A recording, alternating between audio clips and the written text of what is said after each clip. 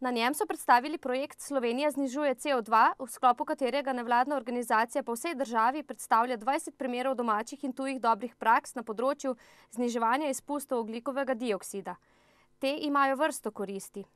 Prihranke, razvoj gospodarski, socialni, varovanje okolja in nasplošno razvoj skupnosti. Torej, nismo iskali samo praks, ki bi varovale, ampak prakse, ki bi spodbujale razvoj. Kmetijstvo prispeva okrog 15% vseh izpustov toplogrednih plinov.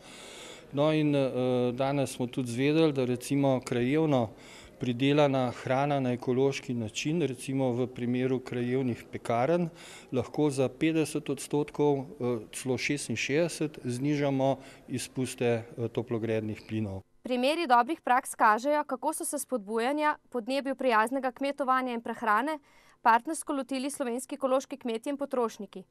Vzoren primer prav tako prihaja iz Rima, kjer otroci v vseh vrtcih in šolah že desetletje uživajo ekološka živila, predvsem lokalna. Morda bo tega v prihodnje več tudi pri nas, saj je stopila v veljavo uredba za zeleno javno naročanje. Zasleduje se številne cilje, med drugim seveda zmanjševanje negativnih okoljskih vplivov, spodbujanje recimo podjetij, ki bodo uspela prilagoditi svojo proizvodne procese v bistvu tem zahtevam, bolj učinkovito rabo javnih sredstev in tako naprej, ne? Zeleno javno naročanje je sicer nadgradnja običajnega javnega naročanja, ki pa naročnike zavezuje k upoštevanju okoljskih zahtev.